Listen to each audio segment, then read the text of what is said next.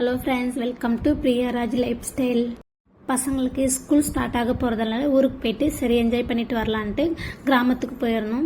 எங்கள் அப்பா வந்து நிறைய மரம் வளர்க்குறதுக்கு ஆர்வமாக இருப்பார். எப்பயுமே மரம் நிறைய நட்டு வளர்த்துட்டே இருப்பார். கழனியெல்லாம் இது வந்துட்டு மகோக்கனி மரம், மஞ்சள் கடமையும் கொஞ்சம் வச்சுருக்காங்க.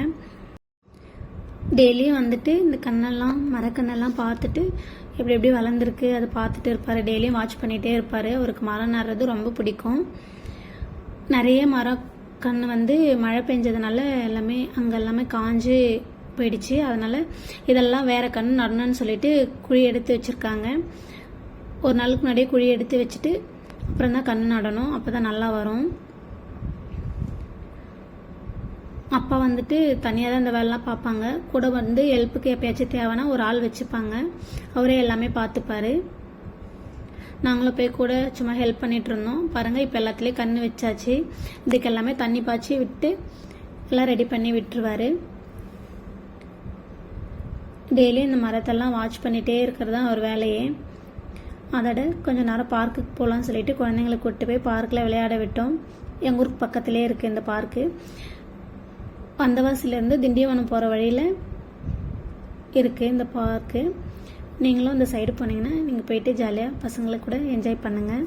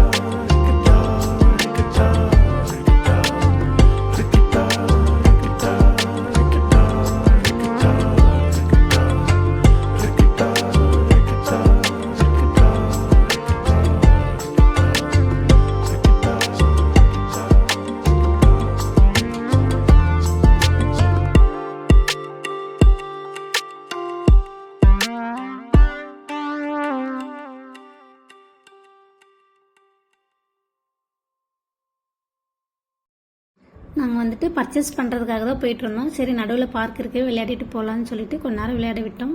பசங்களும் ஜாலியாக விளையாடிட்டு இருந்தாங்க. அவங்களுக்கு வர்றதுக்கு மனசே இல்லை. அப்புறமா கொஞ்சம் மழை வந்ததுனால நாங்கள் தான் மழையில் நனைஞ்சிட போகிறாங்க அப்படின்னு சொல்லிட்டு கூப்பிட்டு கிளம்பிட்டோம். ரொம்பவே ஜாலியாக விளையாடிட்டு இருந்தாங்க. நாங்களுமே கொஞ்சம் நேரம் ஊஞ்சல்லாம் ஆடிட்டு விளையாடிட்டு இருந்தோம். அதுக்கப்புறம் ஷாப்பிங்காக போயிருந்தோம். குழந்தைங்களுக்கு வந்துட்டு லஞ்ச் பாக்ஸ் வாங்க தான் போயிருந்தோம். ஆனால் நிறைய லஞ்ச் பாக்ஸ் இருக்குது. ஆனால் அங்கே இருக்கிற மாடல் எங்களுக்கு பிடிக்கல. சரி, அதனால் வேறு ஏதாச்சும் வீட்டுக்கு தேவையானதை வாங்கிட்டு வந்துடலாம்னு சொல்லிட்டு வேறு பார்த்துட்டு இருந்தோம்.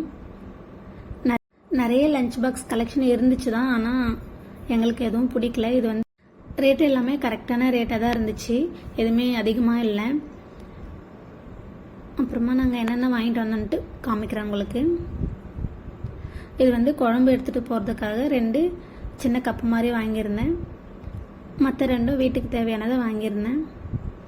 அதுக்கப்புறம் வீட்டுக்கு வந்துட்டு கொஞ்சம் நேரம் ரெஸ்ட் எடுத்துகிட்டு அதுக்கப்புறம் பப்பாளி பழம் இருந்துச்சு மரத்தில். அதெல்லாமே அறுத்து வச்சிடலாம். ரொம்ப பழமாயிடுச்சுன்னா அணில் ஏதாச்சும் கடிச்சிரும். அப்படி இல்லைனா நம்மளே கீழே அறுத்தா கூட கீழே வந்து வேஸ்ட் ஆகிடுது. அதனால் கொஞ்சம் செங்காயாக இருக்கும்போதே அறுத்தலான்ட்டு அறுத்து வச்சாச்சு.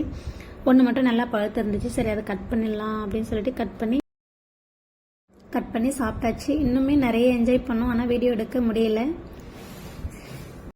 கழனிக்கு போயிட்டு மரக்கண்ணெல்லாம் பார்த்துட்டு இருக்கும்போது இந்த கீரை வந்துட்டு பார்த்தேன். இது வந்து வெள்ளை கரிசலாங்கண்ணி கீரை. இந்த கீரை வந்துட்டு நல்லா அரைச்சிட்டு நல்லா காய வச்சு தேங்காய் எண்ணெயில் போட்டு வச்சு யூஸ் பண்ணால் முடி நல்லா கருப்பாக வளரும்.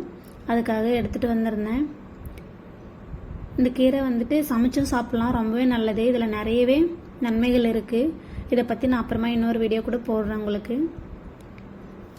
இந்த கீரை கிடச்சிதுன்னா கண்டிப்பாக மிஸ் பண்ணாமல் சமைச்சு சாப்பிடுங்க. நான் இன்னொரு டைம் ஊருக்கு போனால் கண்டிப்பாக இந்த கீரை நிறைய எடுத்துகிட்டு வரணும்னு இருக்கேன்.